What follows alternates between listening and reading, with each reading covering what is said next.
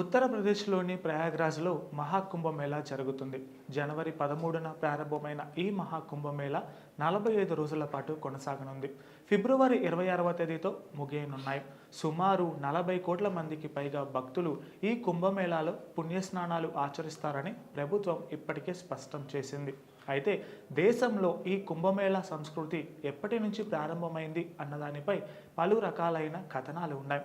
హర్షవర్ధనుడి కాలంలో అంటే క్రీస్తు శకం 629 నుంచి 645 మధ్య కాలంలో చైనా యాత్రికుడు హుయాన్ సాంగ్ తన రచనలో కుంభమేళాకు సంబంధించిన ప్రస్తావన ఉన్నట్లుగా చరిత్రకారులు చెబుతున్నారు. కొంతమంది చరిత్రకారుల అభిప్రాయం ప్రకారం వేదకాలం నుంచి ఈ కుంభమేళాను నిర్వహిస్తున్నారని అంటారు.